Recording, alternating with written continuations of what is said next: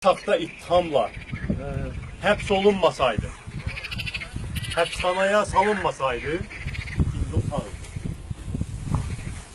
Gənc, təhsilli, enerjili, demokratik düşüncəli bir Azərbaycanlı da həyatını bitirdi. Ona görə ki, o bu ölkədə dəyişiklik istəyirdi. Ona görə ki, qul olmaq istəmirdi. Ona görə ki, mübarizə aparıb dara düşmüş gəncləri tək qoymaq istəmirdi və buna görə edildi.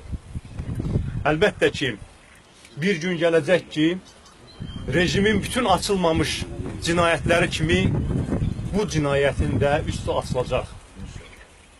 Amma rejim özünün günahkar olduğunun fərqindədir. Özünü günahkar hiss etməsəydi, bu ölümü gizlətməyə çalışmazdı. Baxın, Mehmanın ölümündən sonra özlərini necə apardılar? Əvvəlcə çox absurd şəkildə artıq dostları tərəfindən görülmüş, artıq cəsədi görülmüş insanın ölümünü dandılar. Kamerasında sağ-salamatdır kimi absurd açıqlamalar verdilər. Yalnız ictimaiyyətin israrından sonra bu ölümü etiraf elədilər. Sonra da xəlvətcə cəmiyyətdən təcrid eləyərək gəlib burada tələm-tələsik dəfn elədilər.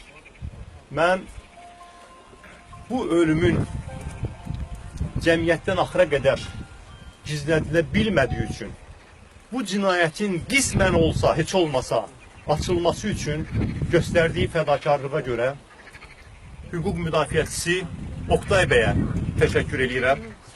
Oktay bəyin bu işdə çox böyük rolu oldu. İkinci məqsədi bu əqidə sahibi olan insanı cəmiyyətdən bütövlükdə təcrid eləmək idi. İstəyirdilər ki, onun yasına heç kim gəlməsin.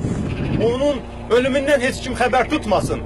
Amma sizlərin sayəsində, millətimizin haqqa dayaq olan övladlarının sayəsində bu işdə baş tutmadı.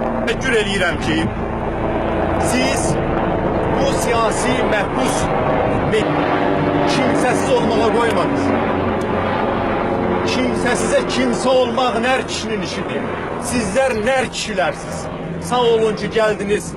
Biz bir yerdə sonuncu borcumuzdan çıxaq və hər kəs Azərbaycanda bilsin ki, düzdür, haqqın nazildiyi məqamdır. Amma üzülməyəcək inşallah.